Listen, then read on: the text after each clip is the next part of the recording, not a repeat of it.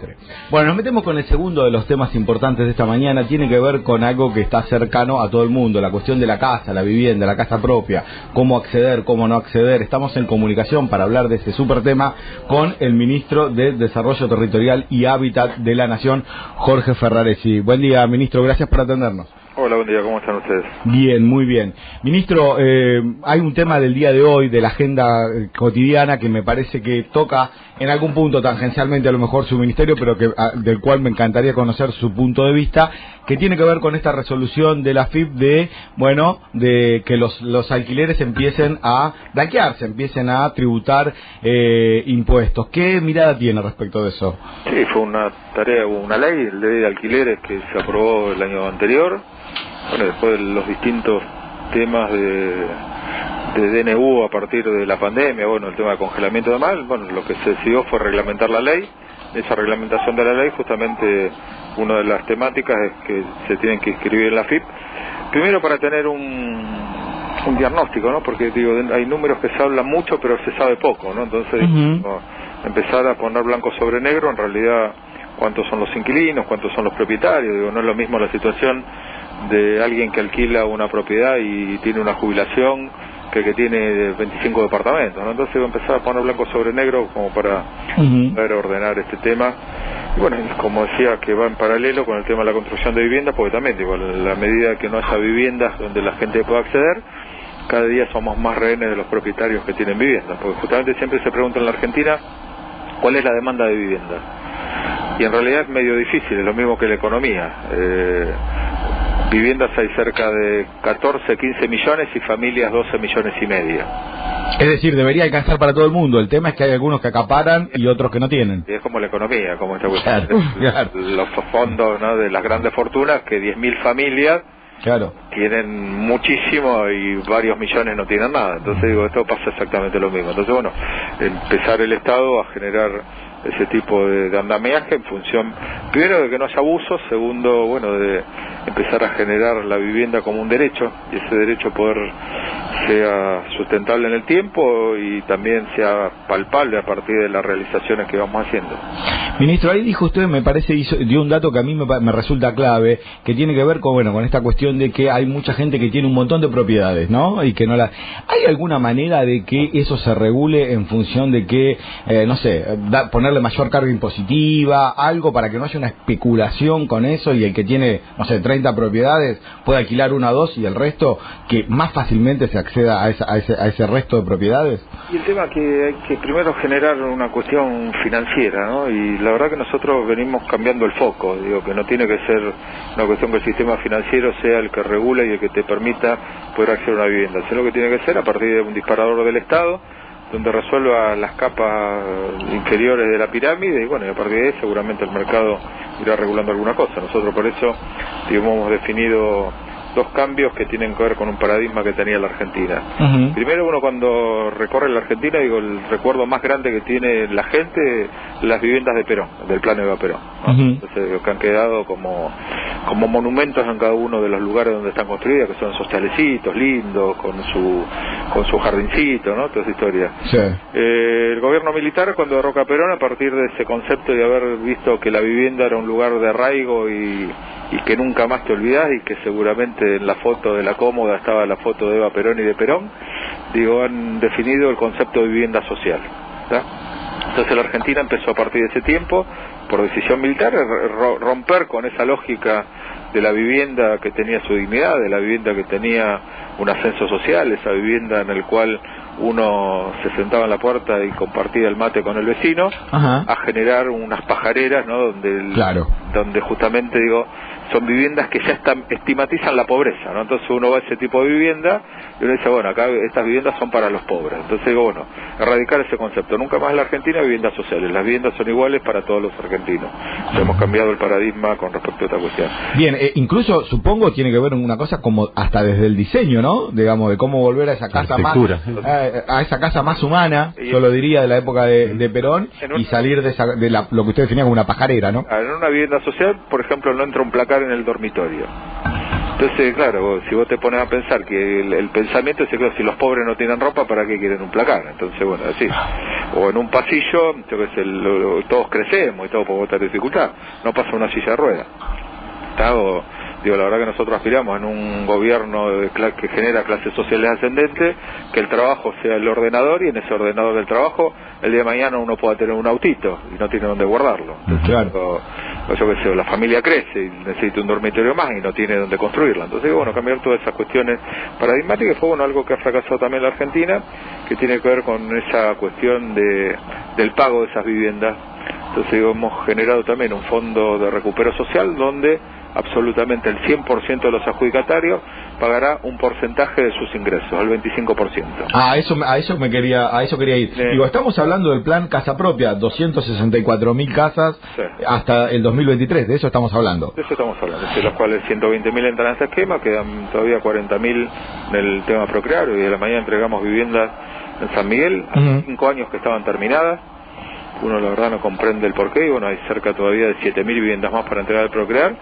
Y otra de las pandemias que dejó la pandemia anterior, 55.000 viviendas paralizadas en toda la Argentina. Así que la verdad que digo, cuestiones que no han sido casuales, ¿no? Han tenido un direccionamiento, han tenido un porqué seguramente. Así que bueno, digo, tenemos que en esa reconstrucción de la Argentina avanzar en estos conceptos, pero digo, bueno, y mantenerlo en el tiempo. Entonces digo, es un debate que también nos damos con los gobernadores, porque muchas veces digo, todos vinieron, ¿no? De todos los partidos políticos, de todos los colores políticos.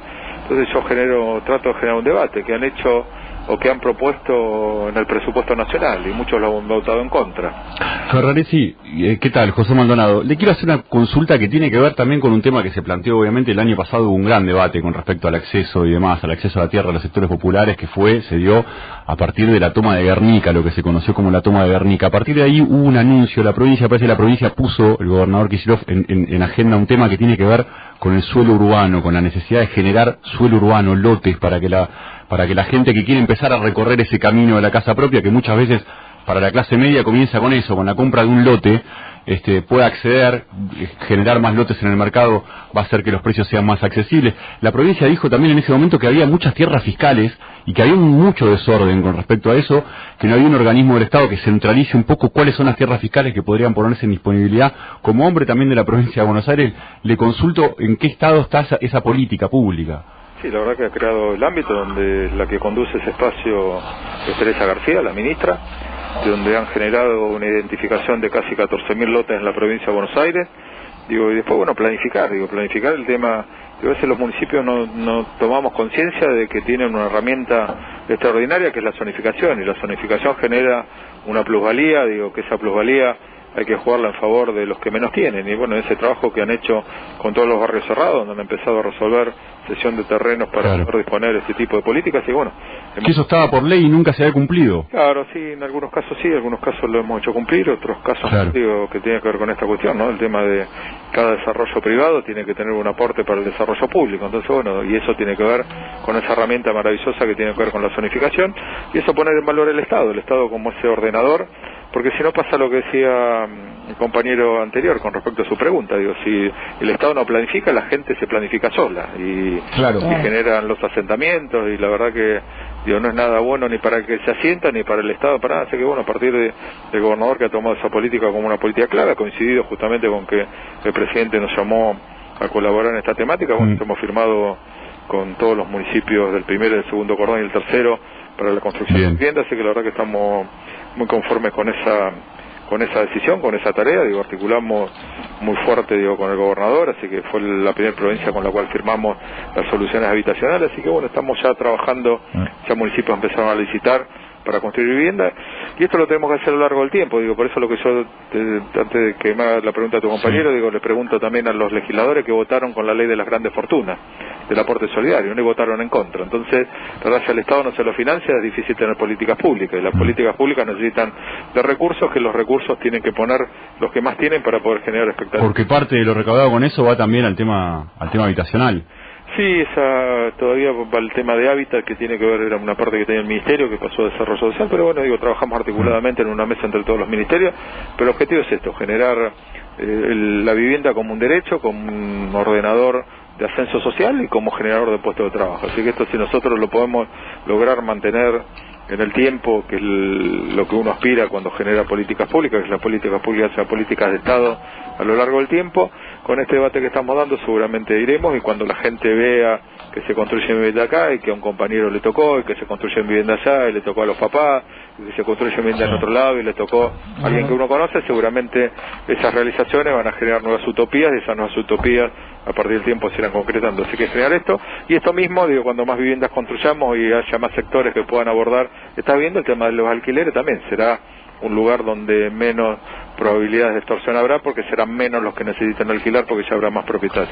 Ministro, Vanessa Ábalos lo saluda, ¿cómo está? ¿Cómo te va? Bien, lo consulto porque una de las políticas sin duda más importantes que tuvo el gobierno nacional de Cristina Fernández de Kirchner, después continuada de una manera muy particular por el expresidente Mauricio Macri a través de el Procrear, pero ya aplicando una tasa UVA, ¿no?, para lo que eran los pagos de las cuotas de la gente que tomaba esos créditos. Hoy, ¿en qué instancia está el Procrear? Y además también, si hay obviamente todavía allí algunos reclamos de parte de aquellas personas que tomaron créditos con el Procrear bajo esta modalidad de los UVA, y de qué manera se está por lo menos buscando la vuelta, digo, ¿no?, para tratar de apuntalar este plan, que es muy importante, pero que en su momento, durante los 4 años anteriores, también es verdad que le complicó la vida a muchos argentinos. Sí, mira, la verdad que digo, el tema de los créditos UVA tiene más que ver con haber comprado viviendas construidas y poco con el tema del Procrear. Así que dentro de la cantidad del universo, digo, son más viviendas, o sea que encima fue una cantidad de dinero que inyectó el mercado financiero, en el cual, claro, un negocio financiero, en el cual nos generó productividad porque eran viviendas que estaban ejecutadas, así que esa una de las cuestiones negativas. Después, la verdad, digo, hemos analizado los distintos universos y en eso hemos acordado con el Banco Central que, bueno, ahora empezó la etapa de convergencia de las cuotas, donde empiezan a aumentar, estuvieron casi un año congeladas, o sea, pues los salarios sí siguieron aumentando. O sea, lo que sí, digo, hay un acuerdo con el Banco Central, una disposición ya determinada, donde ninguna cuota puede superar el 35% del ingreso familiar, así que eso ya está reglamentado, está escrito de esa manera, los bancos han generado las oficinas por el cual identificar esa cuestión, así que desde ese punto de vista, los que tengan riesgo van a estar resguardados en ese lugar. Digo, las viviendas de Procrear también se paralizaron, digo, durante los 4 años, digo, les contaba recién que hoy entregamos en San Miguel, sí, viviendas que ya estaban ejecutadas hace 5 años, digo, hay 55.000 viviendas paralizadas, los planes federales, que lamentablemente, digo, tenemos una ley que va a salir la semana próxima probablemente, que nos permitirá terminarlas, porque la verdad que es imposible resolverlas desde el punto de vista administrativo, así que bueno, estamos en esa tarea, una tarea de reconstruir y una tarea de esto, todos los nuevos créditos Procrear, que digo que estamos construyendo y estamos lanzando nuevos proyectos, se ajustan, digo, por el nueva fórmula que es la fórmula hogar, donde el que dispara el tema de la cuota es el aumento del salario, así que también está cubierto desde ese punto de vista. Ministro, antes de despedirlo, quiero aprovechar que lo tengo en línea para hacerle, si me permite, 1 o 2 preguntas que tienen más que ver con la cuestión política, más puramente política. Sí. Apelo a su larga experiencia como intendente de conurbano para preguntarle por la situación que está viviendo en el Partido Justicialista de la provincia, ¿no? En el Partido Justicialista Nacional parece haber claro un criterio, una lista, candidato, incluso en el de la ciudad también, y en la provincia de Buenos Aires aparece como cierta resistencia al desembarco de Máximo Kirchner de algunos de los que fueron sus pares, intendentes del conurbano. ¿Cómo ve esa situación? Sí, yo creo que es una situación que hay que resolverla, me parece que hay un consenso muy mayoritario, pero muy mayoritario, de que Máximo sea el presidente del partido de la provincia de Buenos Aires, y me parece un tema que se va a resolver, digo, no creo que tengamos ninguna dificultad, solo, digo, hacen falta, digo, tiempo, digo, uno cuando está en una posición distinta al resto se toma hasta el último minuto, no, digo, hay tiempo del cierre de la presentación algunos días más, así que seguramente encontraremos los consensos y la forma por el cual generar y profundizar esto que ha sido tan importante para nuestro gobierno, que tiene que ver con la unidad en la diversidad, y bueno, y seguimos teniendo diversidades, pero lo importante es que mantengamos la unidad. Ministro, también le quiero preguntar por un debate que está también sobre la mesa en estos días, que tiene que ver con la situación de persecuciones judiciales, de causas judiciales que afectan a muchos dirigentes del gobierno anterior, en especial a la expresidenta Cristina Fernández de Kirchner. ¿Usted cree en la solución que algunos sectores de la Alianza Gobernante están planteando de avanzar con una especie de ley de amnistía para esos casos? Mira, yo creo que la verdad hay que resolver de fondo, como lo ha presentado el presidente en la ley que está por tratarse en diputados, una reforma a esta cuestión judicial. El tema de la estigmatización y del lawfare ha sido una fórmula que se ha dado en toda la región, digo.